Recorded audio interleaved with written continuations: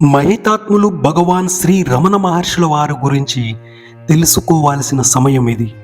అంతటి మహానుభావుడు, అంతటి మహాబ్రహ్మజ్ఞాని గురించి తెలియచెప్పాలన్నా తెలుసుకోవాలన్నా ఎన్నో జన్మల అదృష్టం ఉండాలి.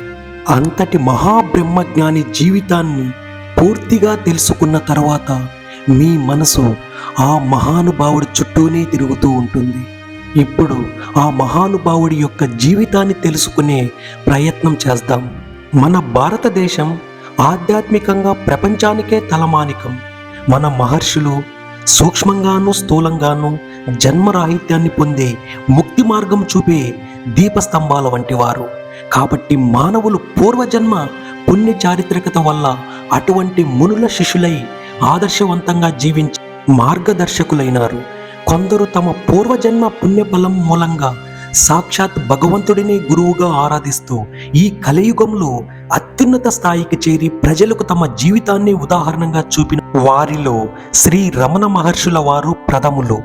ఏ గురువు లేకుండా అరుణాచలేశ్వరుడే తండ్రి గురువుగా తమ జీవితమే తపస్సుగా మార్చుకున్న ఋషి ఆయన. వారిని యావత్ ప్రపంచం గురువుగా భగవంతునిగా నమ్మింది. మదురై సమీపంలోని తిరుచిలిలో వెంకటరమణ అయ్యర్ 30 డిసెంబర్ 1879లో జన్మించి తమ 16వ ఏట అపురూప అనుభవం పొందారు. ఇంట్లో తానొక్కడే ఉన్న సమయంలో తను చనిపోతున్నాననే భయంతో మనసు అంతర్ముఖమైనప్పుడు దేహానికి చావు ఉంటుంది, కానీ నేను దేహ అతీతమైన ఆత్మని, ఆ ఆత్మకు చావు లేదని స్ఫురణ కలిగింది. బహుశా పెరియ పురాణం అంటే శివయోగుల చరిత్ర చదవడం వల్లనో లేక ఇంటికి వచ్చే సాధువుల ద్వారానో వారు అరుణాచలం శ్రీ అరుణాచలేశ్వరుడు గురించి తెలుసుకున్నారు. మనసు అయస్కాంత శక్తిలాగా ఆయనను అరుణాచలం వైపు లాగింది. అద్భుతమైన ఆత్మజ్ఞానాన్ని కలగడం కూడా తోడై ఆ 16 సంవత్సరాల బాలుడు ఇల్లు విడిచి కష్టపడి పట్టుదలతో తిరువన్నామలై చేరారు. అప్పటి నుంచి ఆయన గురించి చెప్పేటప్పుడు ఇది అనే పదం శరీరానికి వాడేవారు. ఆ క్షణం నుంచి ఆయనకు గురువైన తండ్రైన శ్రీ అరుణాచలేశ్వరుడే అన్నీ కూడా. ఆలయంలో శివ దర్శనం అనంతరం ఆ బాలుడు తన శరీరంపై వస్త్రాలు వస్తువులు విసర్జించి కౌపీన దారి అయి ఆలయ వెనుక భాగంలో నిశ్చలంగా కూర్చొని తపస్సు చేశాడు. చుట్టుపక్కల సందడి కోలాహలం వద్దని ఆలయ పరిసరాలలోని పాతాళ లింగం వద్దకు చేరి ఎన్నో నెలల సమాధి స్థితిలో ఉండిపోయారు. జుట్టు అట్టలు కట్టి తొడలపై పురుగులు కీటకాలు కొరికివేయడంతో రక్తం గడ్డ కట్టేసిన స్వామికి ఏమీ తెలియలేదు. కొందరు భక్తులు ఆయనను ఆ స్థితిలో చూసి అక్కడి నుంచి బయటకు చేర్చి స్నానపానాలు అమర్చారు. అప్పటి నుంచి గురుమూర్తం అనే మఠంలో ఆయన ఉండగా ఉద్దండ నాయనార్, అన్నామలై, తంబిరాన్ అనే సాధువులు సంరక్షించారు. తరువాత అరుణాచలం కొండపైనున్న పవలకుండ్రుకి బస మార్చారు. రమణ మహర్షుల వారి తల్లికి ఈ సంగతి తెలిసి తీసుకువెళ్ళడానికి వస్తే ఏది ఎలా జరగాలో అట్లా జరుగుతుందని రాసి ఇచ్చారు ఆ మౌనస్వామి. 1899లో అనుచరుడైన పళనిస్వామితో విరూపాక్ష గుహకి మారారు. పాటవం కలిగిన వారి మౌనోపదేశమే వచ్చే వారికి ప్రయోజనకారి అయ్యింది. ఆ తరువాతి కాలంలో ఆయన ఒక భక్తుని విన్నపం మీద అరుణాచలేశ్వరునికి 5 స్తోత్రాలు కృతిగానం చేశారు. అవి ఏంటంటే అక్షరమణిమలై, నవమణిమలై, అరుణాచల పటికం, అరుణాచల అష్టకం, అరుణాచల పంచరత్నం. భక్తులు శ్రీ రమణ మహర్షి హక్కులు ప్రసంగాల గురించి రాసిన మరెన్నో గ్రంథాలు ఉన్నాయి.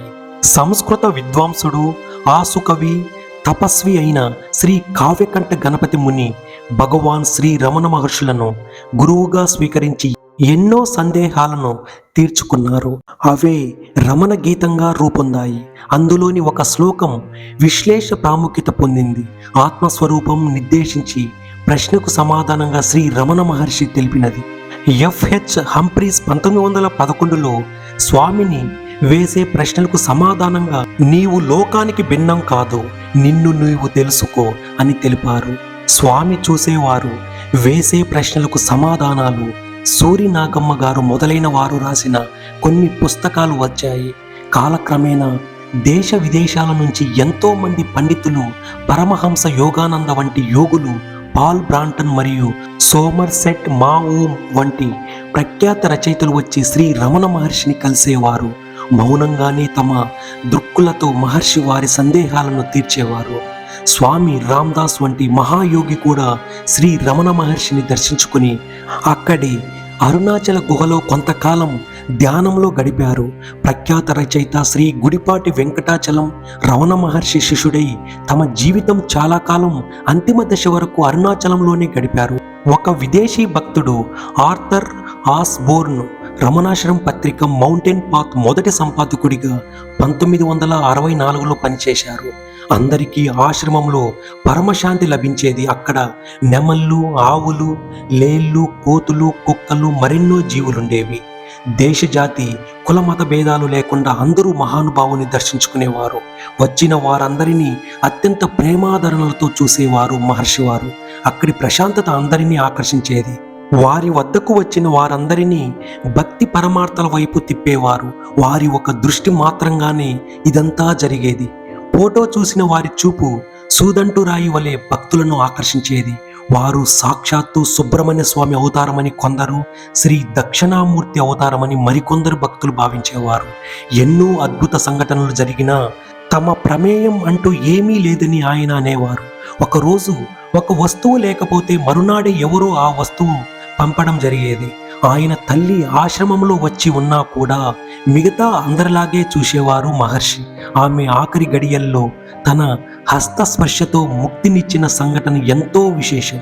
శ్రీ భగవాన్ రమణ మహర్షుల వారు చివరి రోజుల్లో ఎడమ చేతిపై వ్రణం పెరిగి శస్త్రచికిత్స చేసినా తగ్గలేదు. డాక్టర్లు మత్తుమందు ఇస్తామన్నా నిరాకరించారు ఆయన. ఎందరో భక్తులు ఆయనని తమ అంతర్గత శక్తితో ఆరోగ్యం బాగు చేసుకోమని కోరగా ఆయన ఇందుకు సమాధానంగా భోజనానంతరం విస్తరిని ఉంచుకుంటామా అని అడిగారు. 14 ఏప్రిల్ 1950 రాత్రి 8:47 శ్రీ భగవాన్ రమణ మహర్షి దేహాన్ని వదిలేసినప్పుడు ఒక నక్షత్రం గిరిశిఖరం మీదుగా అంతరిక్షంలో అదృశ్యమైంది.